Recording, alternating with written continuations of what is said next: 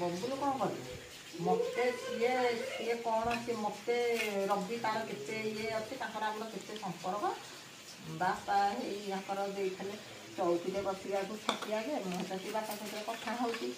ଛାଟିଆ ଗଲେ ନା ଭାଉଜ ଚୌକିରେ ବସା ମୁଁ କହିଲି ମୁଁ ବସିପାରିବିନି ବାପାକୁ ଶୁଭିଗଲା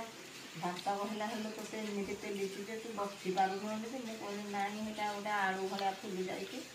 ଖଣ୍ଡିଆ ହେଇଯାଇଛି ଏମିତି ନଥା ନାଗି ଯାଉଛି ନିଗାରେ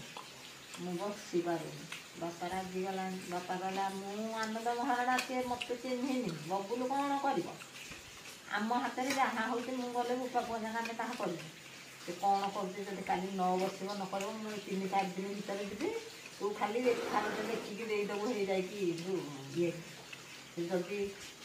ନୁଚିକି କାଲି ରାତି ପାଇଲେ ଯଦି ପଳେଇବ ଝିଅ କୁଆଡ଼େ ସକାଳୁ